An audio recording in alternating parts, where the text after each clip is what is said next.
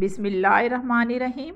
زبان انسانوں کے درمیان رابطے کا وہ نظام ہے جو مختلف آوازوں اور اشاروں سے مل کر بنتا ہے۔ چکو سلواکیہ کی ایک مثال ہے کہ ایک نئی زبان سیکھو اور ایک نئی روح حاصل کرو، یعنی نئی روح کے حاصل کرنے کی شرط زبان حاصل کرنا ہے۔ Learn a new language and get a new soul. Urdu کا خاندان ہند یورپی ہے۔ ہند یورپی خاندان میں چند زبانیں شامل ہیں جن کے نام ہیں انگریزی، جرمن، فرانسیسی، روسی، فارسی، پشتو، پنجابی، ہندی، نیپالی اور بنگالی۔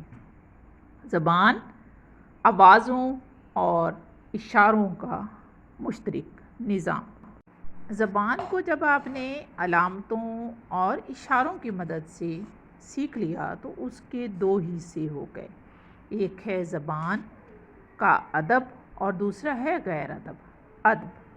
ادب جذبات کا خوبصورتی سے لفظوں میں اظہار ادب کہلاتا ہے، اور ادب کسی بھی زبان کی دولت ہوتا ہے، یعنی جذبات کا اظہار ہر کوئی کر سکتا ہے، لیکن اگر آپ جذبات کا اظہار خوبصورت لفظوں اور دل نشیں انداز سے کریں گے تو وہ ادب کہلائے گا۔ زبان اور ادب میں ڈاکٹر عبادت بریلوی کہتے ہیں زبان میں ادب کے بارے میں کہ انسان کے جذبات اور احساسات میں جو موجیں برابر اٹھتی ہیں انہیں خوبصورت الفاظ کا جامہ پہنانا ادب کہلاتا ہے۔